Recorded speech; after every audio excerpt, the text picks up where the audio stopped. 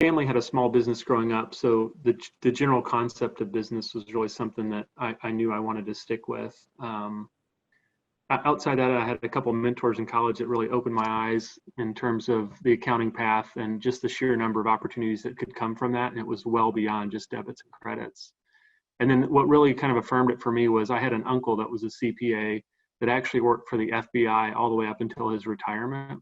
And I was just so fascinated by his role and the number of just interesting opportunities that he had that ultimately the CPA track took him down over his career.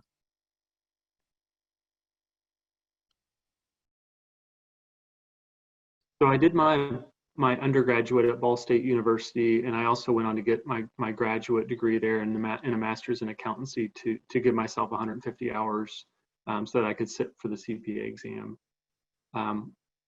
Between my senior year in my grad school, I interned at ADESA at the time, which is now Carr Holdings in Carmel, and it just so happened that the director of internal audit at the time when I was there was a PwC alumni, and I had a great experience there at ADESA, but he helped me get my foot in the door with some folks at PwC, and from there went into the broader recruiting process, where met with several firms, corporate side, public accounting side, and ultimately did get an offer from PwC, which was great, and I did accept that after my senior year. So the benefit of that was I had almost a calendar year to just focus on my grad school and also knock out 3 parts of the CPA exam, which was really important for me to put myself in a good spot heading into to my first job. So spent 9 years at PwC in Indianapolis and was focused on serving insurance and financial services clients,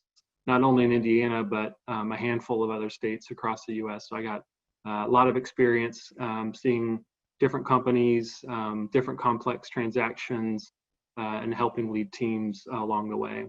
When I left, I was a senior manager at PwC and ultimately joined a client of mine, which was One America, and that's where I'm at today. And it was really the strong relationships I had built while serving One America that kind of opened the doors up there. So for me, in my at that point in my career, that was a perfect opportunity for me once that role opened up, and was able to join One America, leading the financial planning and analysis group, which is a little bit different than the traditional accounting path. I've progressed since joining over the financial planning analysis group, and now have broader oversight of our corporate finance team as the controller at One America. So I've been there about 5 years now. So certainly something that's been important for me in terms of progression has just been those deep relationships that I've had kind of throughout my career so far. That's helped me position myself for various opportunities. At One America, I'm responsible for our broader corporate finance group. So that includes all of our, what I would call our normal accounting and financial reporting disciplines, but it also includes our tax function, our financial planning and analysis function, as well as some of the key relationships that we have with our banking partners, with our outside rating agencies, and our outside auditors.